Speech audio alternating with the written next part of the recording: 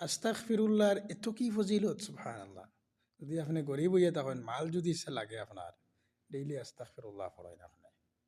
আস্তাগফিরুল্লাহ আস্তাগফিরুল্লাহ যদি পড়িয়া থাকেন, তাহলে আপনি যদি গরিব হইয়া থাকেন, তাহলে আল্লাহ এত কি মাল দিব, আপনি মাল রাখবার জায়গা পাইতে নাই।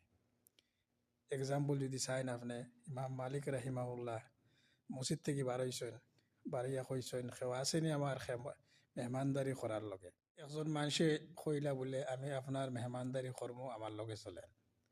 তো ইমাম মালিক রাহিমাহুল্লাহর লগে লইয়া গেছেন, আর যাই যাওয়ার সময় রাস্তাত আস্তাগফিরুল্লাহ আস্তাগফিরুল্লাহ আস্তাগফিরুল্লাহ পড়া।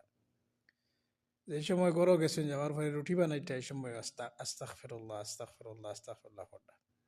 ইমাম মালিক রাহিমাহুল্লাহ কইলা, আপনি আস্তাগফিরুল্লাহ এত কি ফোড়া কোনো ফায়দা উদা পাইছেন নি, আপনি কোনো ফজিলত পাইছেন নি? ও আল্লাহর বন্দায় কইলা, জনাব আমি এত কি গরিব আসলাম, আল্লাহ এত মাল দিছে, আজকে মাল রাখবার জায়গা নাই আমার কাছে। লাস্টে একটা খাওয়াইশ রইছিল, আমার দিলের একটা আশা আসলো বলে আমি ইমাম মালিক রাহিমাউল্লাহ এই যুগের বড় আলিম, ওনার সাথে আমি দেখা করতে চাই, যদি ওনারে ফাইলতাম বড় আশাটা পূরণ হইল না। তো ইমাম মালিক রাহিমাউল্লাহ কইছেন যে আমারে জানে মনে হয় আজকে ফিরিস্তায় আপনার গরু টানিয়ে লই আইছে। সুবহানাল্লাহ, দেখছেন নি আপনি?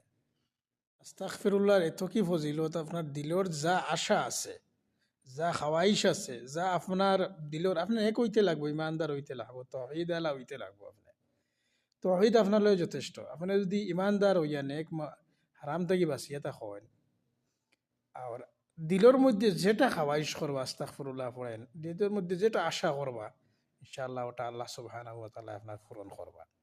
আল্লাহ দিলের খবর জানেন না?